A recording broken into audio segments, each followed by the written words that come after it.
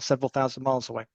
Right. So, yeah, we have some young lawyers and some law students introducing themselves to the concept of independent lawyering. So, yep, I'm ready to go. Brilliant. Well, yeah, welcome everybody. Lovely to meet you all. It's a real pleasure to be here. So I'll just quickly introduce who I am so you know this talking head is on the screen. I'm John McCarthy. I'm from the UK. I have been to Malaysia a few times. I nearly got attacked by a shark. That's another story. I was swimming off the East Coast. But I'm a business coach, business growth specialist. I've been specializing in working with law firms for the last 5 years. And Matthew and I connected on LinkedIn a few months ago. We had some conversations, and he said, "Could you come and help some of my senior lawyers to help them not just be good lawyers because they're already good lawyers, but think about how they can become young business people, entrepreneurs, and how they can think about profit rather than just revenue or rather billable hours." And they're a great bunch to work with, and they've really made quite an impact. And I'm sure Matthew will share that with you. But so the thought for today is. I'm going to ask Matthew some questions, and I'm going to interview him, and then he's going to answer, and I'm sure it's going to stimulate a lot of debate and a lot of learning. So thank you for the opportunity to meet with you all. So Matthew, firstly, over to you. The conversations we've had, and I've seen your posts on LinkedIn, you're often saying that young lawyers should think of themselves as a small business from day one. So why is that mindset so important? And what does that mindset actually mean? What does it actually look like in practice? So, if you think about uh, practice, over the years, we had confusion about the nature of our practice. We will see some of the law reports that specifically refers to the legal profession as not being a business. And you'd see that in the law reports when it concerns the legal profession. The legal profession is not a business. 60s, 70s, 80s. So when I came through practice, that's the framework that we were told. I think there was some legitimacy to say legal profession is not a business, but the context in which it says legal profession is not a business is the fact that there are certain other foundational framework values that operate in a legal profession. But I don't think it was accurate to describe that legal profession is not a business, because then it gave the impression that somehow practice can operate outside the normal realms of business practices and pressures. So people believed that we're special, we're immune to the impact of whatever makes a business successful. And I think that was, in a way, that's not the message that we're not a business. We're not a business per se. We're a lot more than that. But um, business principles impact on the sustainability of practice. So at that point, there's no point in saying that I'm a good lawyer, but I cannot pay my bills because somehow I found myself in a corner that I can't sustain myself. So I thought that the conversation should be uh, reimagine that we're not just a business, but we accept that business principles will impact on the practice. So the concept of when you start your practice, you've just started a small business resonated with me, because I think that once you it's very clear, if you open the shop, a small shop, you're not going to go around and even delivering the most if it's say a specialized product, say a medical product, you won't be saying, oh, I've not started a business, right? It's very clear in that situation that you started a business and you know that you have to apply business principles to succeed. So I thought that it's about time to say that the moment we start practice, whether you are in a small firm, big firm, large firm, you yourself have started a small business. And that should get you thinking that if I want to succeed as in practice, whether in the context of a small firm, law, big firm, I've just started a practice. That's how this concept. So for my initial years, because of this idea that it was sinful to say legal profession is a business, we got caught in the idea that somehow we're immune from it and ignored business principles. That's So made some that's great how I came points up with there. this. Yeah. Yeah, thank you. You make some great points. I mean, I've been hearing that as well since moving across to specialize with law firms, and I think because you per hour you can probably earn what most laborers or tradesmen can earn in a day.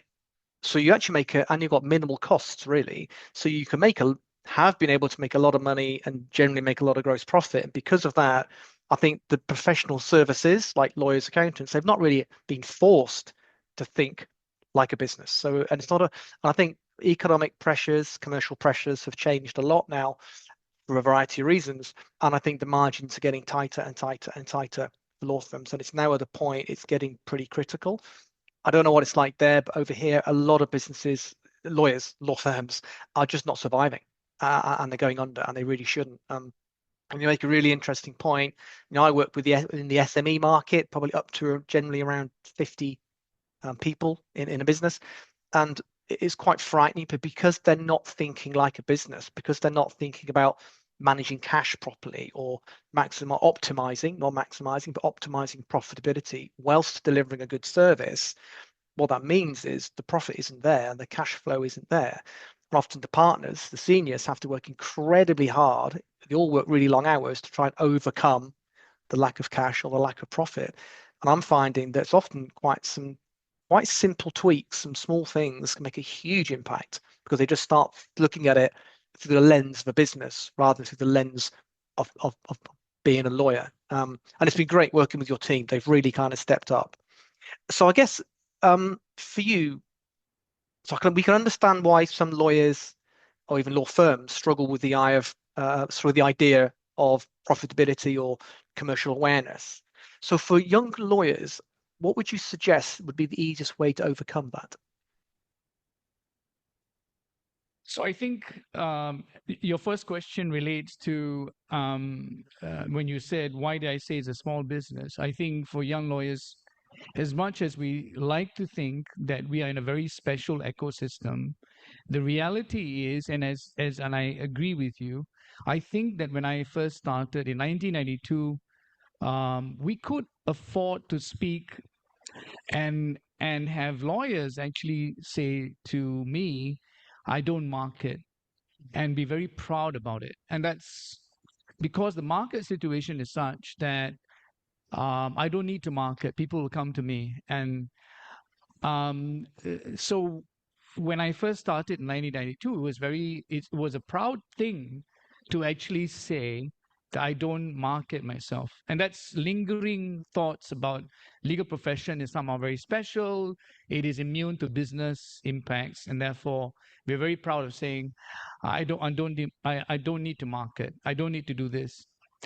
And so for a young lawyer coming out here, what I want to say as a owner of a law firm, I think that if any lawyer I mean, so if I'm listening to my partner in 1992 saying I don't need to market, I was thinking, wow, we're so special. And maybe that's the aspiration. I want to be good enough that the idea of marketing my services um, would be something that is wrong, right? So that's how we were brought up. But if young lawyers are coming out today and say, I don't want to market myself, and I'll be thinking, well, you're going to be dead. What's so special about you? Um, and that's something that really has come in the last 10 years, right? If you say I'm just here because I went to law school and I'm special and I want to learn to be a great lawyer, but I'm not going to do anything about marketing myself or learning how to market myself or understanding business practice, you're going to be dead.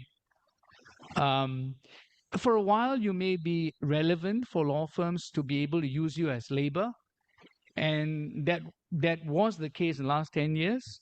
But I think with the impact of AI, that's going to be questioned as well. If I can replace you because it's cheaper to get more resources to tech on other resources, I really have to. If you turned up at a law firm and said, "I'm not going to market, I'm not going to do this," that's the law firm is going to think carefully about this resource that speaks like that, right? So in Malaysia, one of the things I've noticed is that I Neve here is from Australia, and we've had interns coming in from Australia. They Because of the nature of the impact of business in Australia, I've not seen a law student from Australia 10 years ago coming out and saying, I'm not going to learn how to market. That's already in the mindset that is going to be something they have to do because it's very competitive. So in the last 10 years, it's not been so competitive that everybody has to talk in terms of the mindset of how do you market yourself, how do you get work. But as you mentioned, the margins are getting thinner. The impact of AI technology, even if it doesn't impact, when it's perceived to have an impact, it will mean that law firms will rethink their hiring positions, postpone them, and consider that maybe they have to do things differently. So in that area, people are going to choose young lawyers who are more open, more flexible, who are not hardwired in the old thinking. So my advice to young lawyers is just start simple. When I start practice, I've just, whether accidentally or I've started a business, and that will force you to think of the fact that yes, I've started a business, but that doesn't mean that everything is about business. We the technical skills to be an expert will have to be at the forefront. And you have to understand the progress of being an expert. You start as a novice, then you and there's some expert models that you can use to determine at what level you're going. So the game for a young lawyer is I want to be an expert.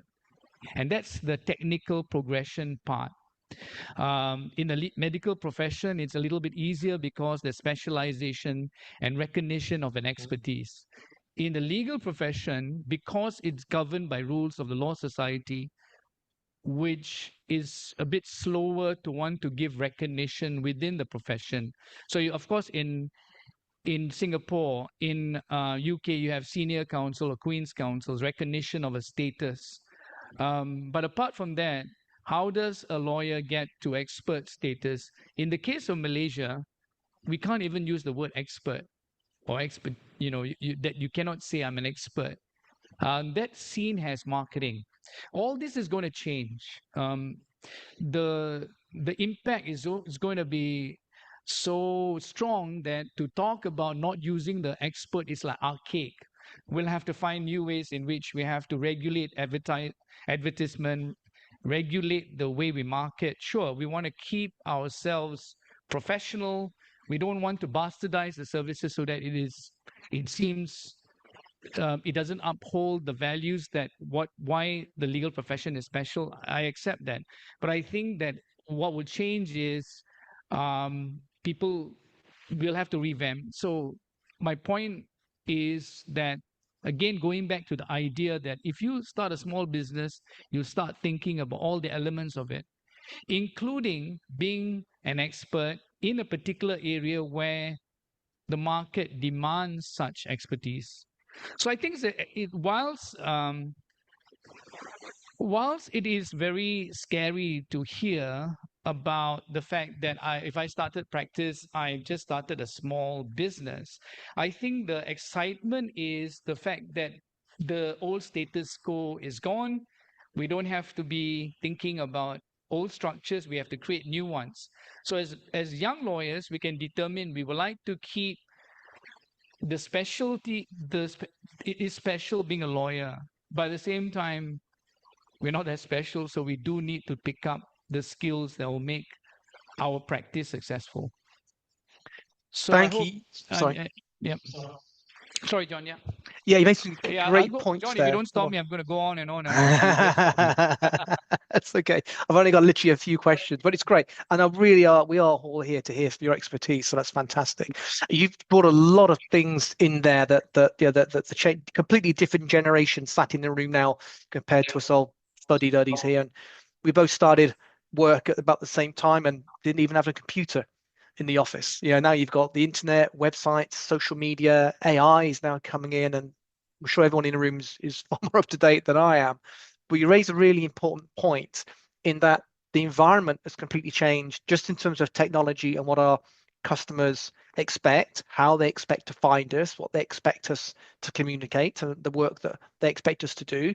I think the old-fashioned days of being in the law practice in the town and everybody went there and they went to the same lawyer as your father did, those days are gone. We just in our hands we can pick up a phone and find out anything. Oops.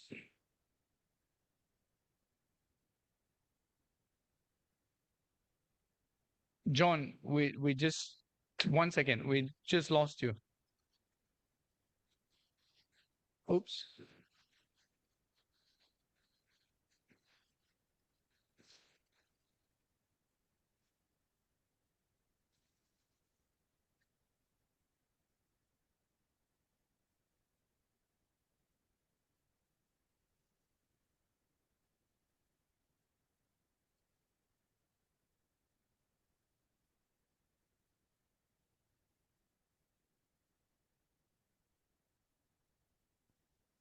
Hi, John. Sorry, we just lost audio. Um, could you have muted yourself accidentally? We're checking here as well. Can you hear me? You can hear me. Can you hear me? Oops.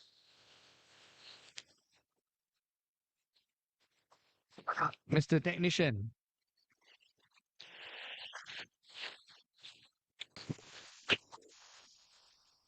Can you hear me now? Yeah, I can hear you now. Can you hear me Right, now? okay. For some reason my speaker stopped working. Not to worry. Right, no, we can hear you now. Can you hear me now? Yes, my Oh, headset great. Okay. just stopped working. Sorry about that. All right, I'm not quite sure. I was having a great time asking a question there. Probably Right. easier if I start Yeah, again. sorry. You got to repeat that, John. Sorry about that. Okay, I'm not quite sure. From your facial expression, we knew you had like an interesting question, but we just couldn't hear it. Okay, well, I'm sure from the audience they had interesting looks on their faces too. So you make some really interesting points. When we started work, there wasn't even a computer in my office. Now everyone's carrying computers in their hands and in their pockets, and websites, social media, AI. It's a huge change. So one is how it affects the ability to market, but also with AI coming in, I think is going to fundamentally change what lawyers actually do and how they operate. And then the next point of that is you spoke a lot about lawyers becoming the expert. So I always talk about picking your niche, be really good at what you do. And that leads in quite nicely to younger lawyers selecting a niche, becoming very good at what they do, um, become an expert in their field, and then marketing that, thinking of themselves as the expert, thinking of themselves as a smaller business. So why do you think it is important for younger lawyers to build their own personal brand, for example, on social media, whatever it might be, rather than just be posting for the company? So why is it important, and how do you suggest they do this best? So, there's this debate now whether you should generalize or be an expert. And I've had the privilege of being to generalize because the circumstances when I started was a bit different. So I had what I call time and stamina. So the context in which I started was I was already so if you believe life is difficult and you accept that, then it's not difficult. So when I started, it was told to me that in order for you to be a good lawyer, you have to spend 10 years at becoming good. And it appeared to me then it wasn't something extraordinary to put 10 years of your life to become good. Um, and and we were also told at that time that you shouldn't specialize, that you should have a run of many cases before you decide which specialization area you want to pick up. And as it turned out in my life, I had the privilege of just doing everything. And it just worked out, but it took a long time to be able to say I have enough general experience to be able to do almost, in my case, almost every area in civil and commercial litigation, not in criminal work. But I think the scenario today is different. And the reason is this. I think if I said to this crowd, or most of students are coming up, that before you can get some validation about your work, it will take you 10 years. I think most of you will burn out. I think the time frame for people wanting or needing a validation to give them the energy to move forward has become a lot shorter. So because of that, one of the things I've now said is, in order to play the long game, in order to be a generalist, hopefully in a longer period of time, you start by being a specialist because it's a lot easier. So if you pick up an area, so for example, somebody said, I would like to be a lawyer who specializes in insolvency work. As a matter of theory, with effort, getting to a space in which your theoretical knowledge is getting to a top 1% is won't even take you, in my mind, provided you have a proper methodology, 2 years. Wow. You'll get very, very fast to the top 1% theoretical knowledge.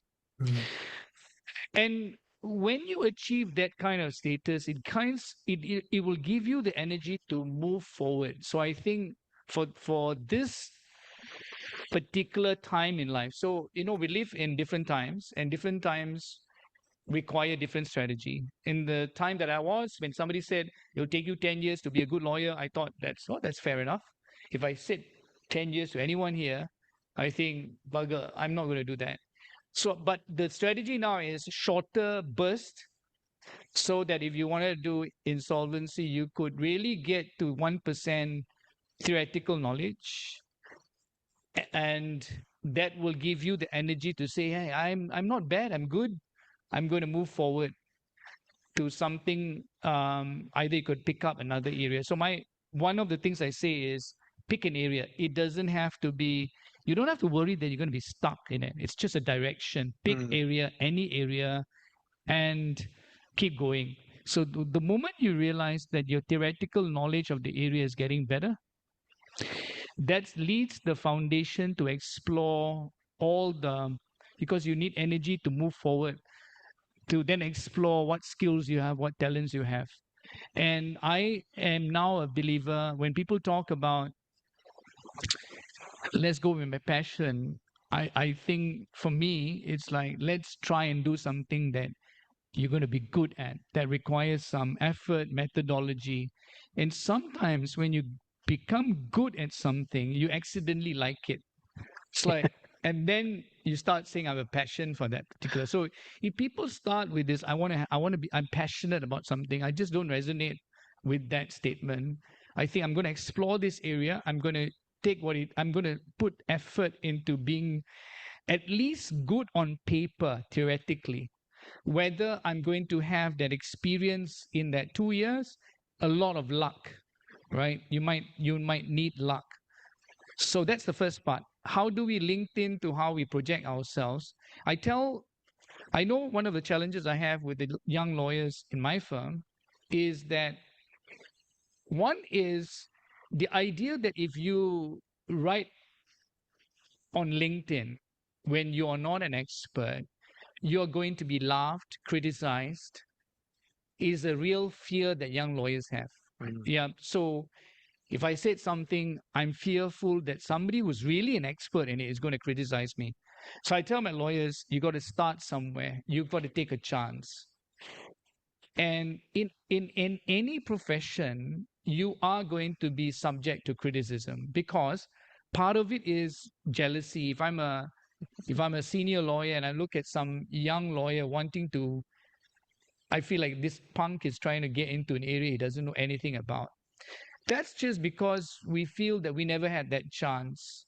We never had that. We had to do this 10-year game even before we are recognized. So you have these young people coming out, and so they have to withstand that. My message is that you have a voice, and so you have to use it. And you have to articulate it in a way that accepts that you are where you are. So some young lawyer in my office made a LinkedIn post on construction because she's intending to want to be an expert. And she said something that quickly drew some comments from experts in construction law to say, you obviously don't know what you're talking about. And I thought that was interesting, because I said, now you got a baptism of fire, you just move forward. It's about articulating your voice and then saying that once I have a voice, I need to now, what is it that's important to me? How do I speak about it? Otherwise, you're going to always be thinking, I want to be an expert in construction law. I want all my lawyers to speak about it, no matter what. I mean, I look at it and look at it and say, just because they have the bravery of saying something which to an expert will look very, very basic, I think the sheer fact the young lawyer is able to step up and say, I've got my voice, I'm going to speak about it, that's somebody I want to listen to. And imagine if they keep at it. So for me, speaking and having your voice is important. I just want to tell you that a lot of senior lawyers have told me to say, oh, if only these young lawyers would actually spend more time reading the law books than speaking on LinkedIn, then they will get better. So that's a legacy of the past, right? It's like, well, you talk a lot on LinkedIn, you don't know anything, and you should be reading your law books. I understand that culture. That's the prevalent culture in 1992 when I started, although there was no social media. Just the idea, if I had a young lawyer in the firm that was working, who is pretty smart, who is able to articulate views, you'll find the senior lawyers will shoot him down. It's just a culture that there's a pecking order. So that pecking order has come out in LinkedIn in some way. So I would say ignore it, because those people who in 1992 ignored that pecking order has gone on to lead the profession. They've had a voice in 1992. They were my juniors, but they'll speak out and they find their own way. So and so I think it's interesting that I still hear senior lawyers criticizing young lawyers for being on social media, for speaking about an area that they claim the young lawyers don't know anything about. I think what we need is the senior lawyers to actually engage and say, yeah, that's an interesting point. Perhaps you should also look at that. So it's just encouragement. So I think why I would tell young lawyers to say, forget about the noise. You have a voice and you have to articulate it. You're going to get criticism. Because anytime you step into a territory, you can't expect people to keep quiet, because you're trying to take a market share, your potential market share. So you expect that, but that's good training. I completely agree. You make some many great points there, and I think you're right. The older generation, where I'm from, they didn't like the young people coming through. It's very selfish. I think it's very ignorant, and I've been running my own businesses now for 10 years, and what I tend to find is the best people in any world of life are really good at helping people come through. And it's interesting when you say you can put your views out on social media, and there might be a few detractors, a few people that are not supportive, but I'm from experience, the technology now gives us the opportunity, you guys in the room, the opportunity to connect with anybody in the world. And I'm 100% convinced if you reached out to people who are are where you want to be and just ask to connect and ask for support, I think 99% of good people will be more than willing to help. And I find that's an amazing opportunity that we've all got. The young people have got now to be able to do that. So you may get some detractors, but I think the environment you're in now gives you a much better opportunity for those who want to be brave and step out to really achieve anything that they want to achieve, really. So I'm aware of time. So I guess, Mathew, what do you hope these young lawyers take away from this talk in terms of building both a fulfilling and a commercially successful legal career? I think one is, um, I think we need to define the future, because the future is arrived a lot earlier. If you remember, um, the end of lawyers, and books came out about 20 years ago predicting threats through technology, commoditization, commoditying of legal work. And that was 20 years ago. And people got comfortable that it was predicted, but then it didn't impact so much until AI came along. And suddenly people can see the future is going to be reshaped. So there's an urgency to now think, to say that, well, we can start afresh. We do not have to be defined in the way that the past has defined us. So in that sense, I think moving forward for young people to say, it's a great time to explore myself.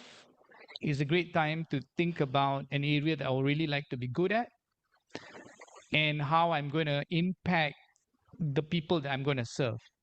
So I think the great thing about being a lawyer is that if you strive to be good at something in a particular area, and you're able to resolve people's problems, I think, and if you get a kick out of it, it's such a privilege to have.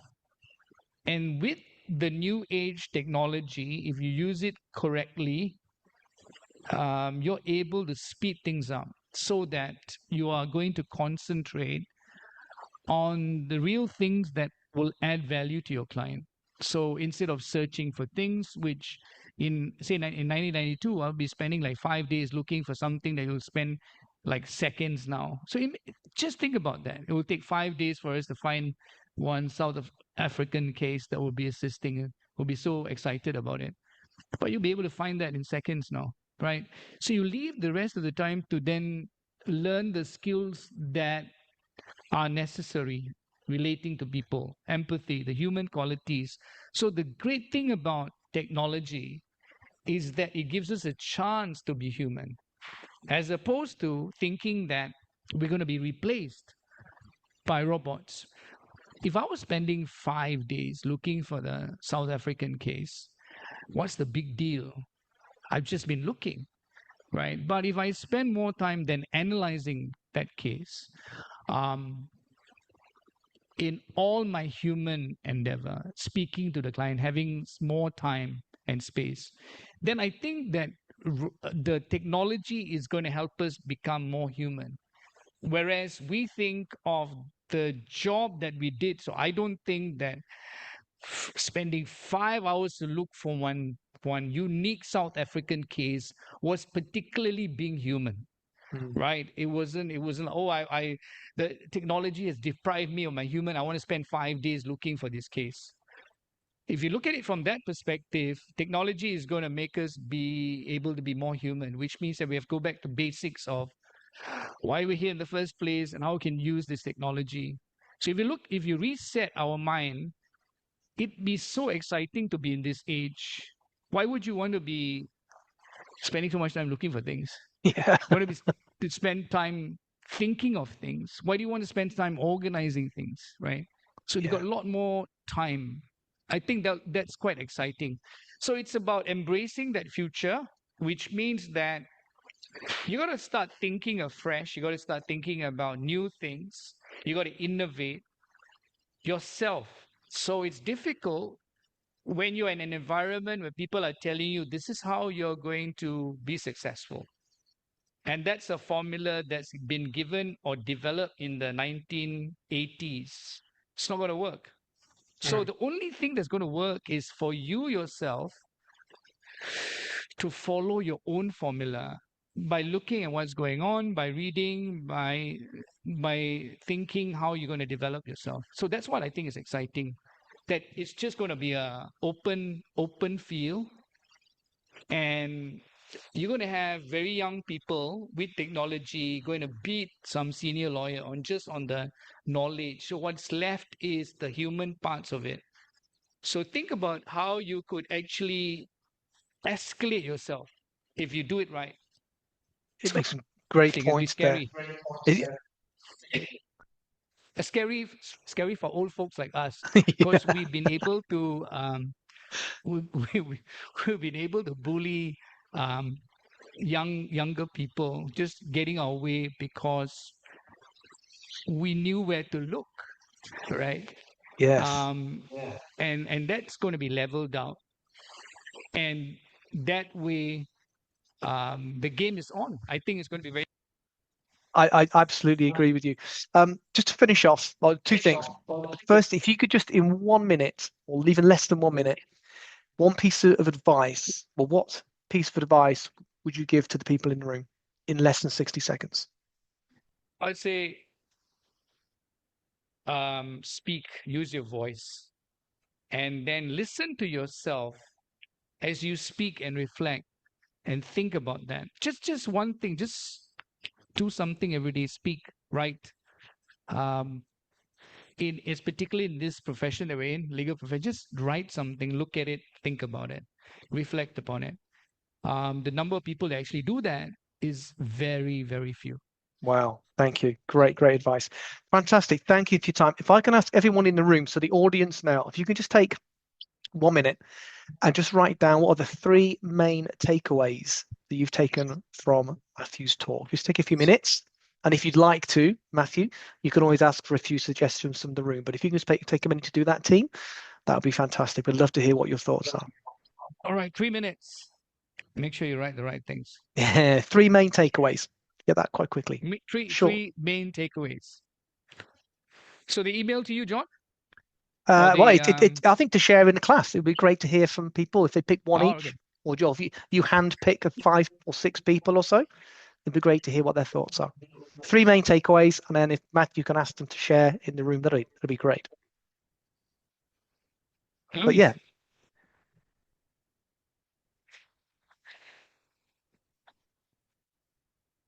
Were you listening?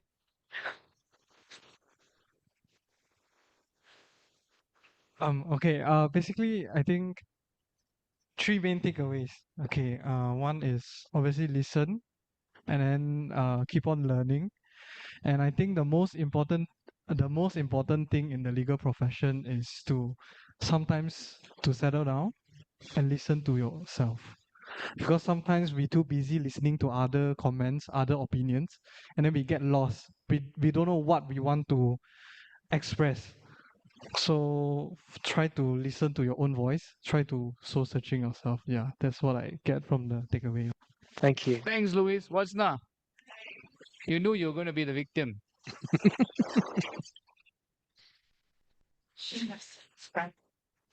Nothing. Hi. 3 takeaways. Don't be afraid to speak. Don't be afraid to put yourself out there, like market yourself. And lastly, don't forget to be a human. Yeah. You're welcome. Thank you, Wasna. Thank you. John, you want to take another one? Yeah, one more. Fantastic. All right, interrupt.